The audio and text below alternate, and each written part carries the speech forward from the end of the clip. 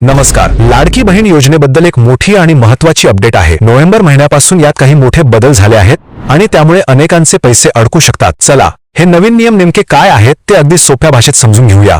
सगळ्यात आधी एक चांगली बातमी.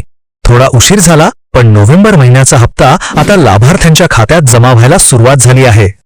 पण थांबा, पैसे जमा होत असले तरी याचा अर्थ असा नाही की ते सगळ्यांनाच मिळतील, कारण सरकारनं आता 2 नवीन आणि खूप कडक नियम आणले आहेत. मग आता नेमकं काय होणार आहे? चला तर मग पहिला आणि सगळ्यात महत्त्वाचा बदल बघूया, जो थेट बँक खात्याशी संबंधित आहे.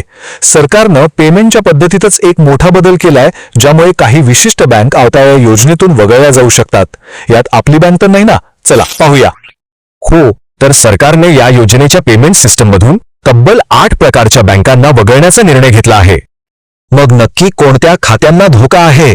बघा, मुख्यत्वे 4 प्रकारची खाती आहेत जी अडचणीत येऊ शकतात. आणि यात सगळ्यात जास्त धोका आहे तो त्या खातेदारांना ज्यांची बँक नुकतीच दुसऱ्या बँकेत विलीन झाली आहे. उदाहरणच घ्यायचं झालं तर देना बँक आणि विजया बँक या दोन्ही आता बँक ऑफ बरोडामध्ये विलीन झाल्या आहेत. तसंच सिंडिकेट बँक आता कॅनरा बँकेचा भाग बनली आहे. त्यामुळे जर आपलं खातं यापैकी कोणत्याही जुन्या बँकेत असेल तर आपल्याला लगेचच काही गोष्टी कराव्या लागतील. मग आता करायचं काय? घाबरू नका.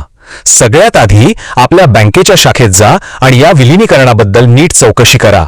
त्यानंतर नवीन IFSC कोड असलेलं पासबुक घ्या आणि सगळ्यात महत्त्वाचं, आपलं खातं आधार कार्डशी लिंक आहे की नाही हे नक्की तपासा.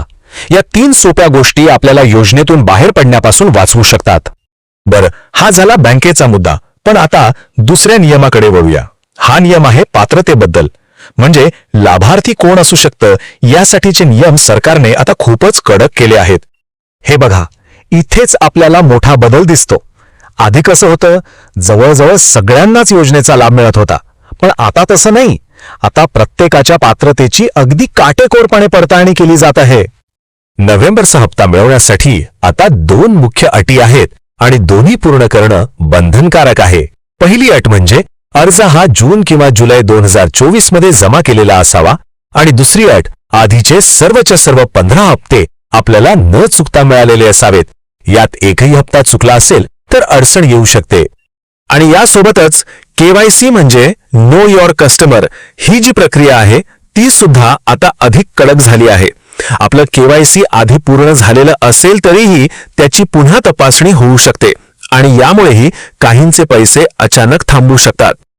तर मग ह्या 2 नवीन नियमांचा जमिनीवर म्हणजे प्रत्यक्षात काय परिणाम झाला आहे? या बदलांचा परिणाम खरंच खूप मोठा आणि धक्कादायक आहे. ताज्या माहितीनुसार तब्बल 26 लाख महिलांना या योजनेच्या लाभापासून अचानक थांबवण्यात आला आहे. हो, 26 लाख हा आकडा खूप मोठा आहे. याचा सरळ सरळ अर्थ असा आहे की सरकार आता एक नवीन खास यादी वापरत आहे. त्यामुळे जरी आपण आधी लाभार्थी असाल तरी या नवीन नियमांमुळे आपलं नाव यादीतून वगळलं जाण्याची शक्यता आहे. मग अशा परिस्थितीत आपण आपली स्थिती कशी तपासायची? घाबरून जाण्यासारखं काही नाही. काही सोप्या गोष्टी आहेत ज्या आपण लगेचच करू शकता. तर आपली स्थिती तपासायची असेल तर या 3 गोष्टी नक्की करा. पहिलं, आपलं बँक खातं आणि त्याचा IFSC कोड बरोबर आहे की नाही हे तपासा. दुसरं, आपला अर्ज योग्य वेळी जमा झाला होता का आणि आपल्याला आधीचे सर्व हप्ते मिळाले आहेत का हे आठवून बघा.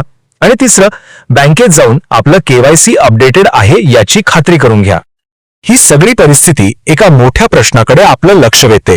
जशा या सरकारी योजना अधिक डेटा आधारित होत आहेत, तेव्हा नियमांची अंमलबजावणी करणं आणि त्याच वेळी सगळ्यात गरजू लाभार्थ्यांचा गोंधळ किंवा त्रास होणार नाही याची खात्री करणं, यात सरकार नेमका कसा समतोल साधणार?